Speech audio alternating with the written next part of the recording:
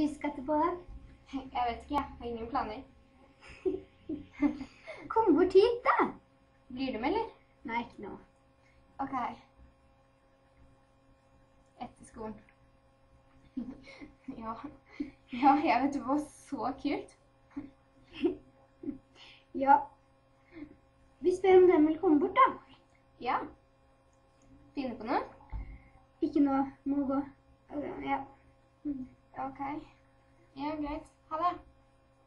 Ha det. Ja, vi kan godt finne på noe. Ja, vi drar hjem til meg da.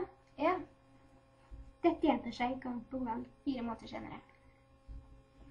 Hei, jeg er lei for det. Det var veldig dårlig gjort av meg. Jeg angrer veldig. Man kunne ikke ha hatt bedre venn enn deg. Kan du tilgi meg? Ja, selvfølgelig. Du er min aller beste venn. Og jeg savnet deg. Vi går hjem til meg og spiser is da. Ja!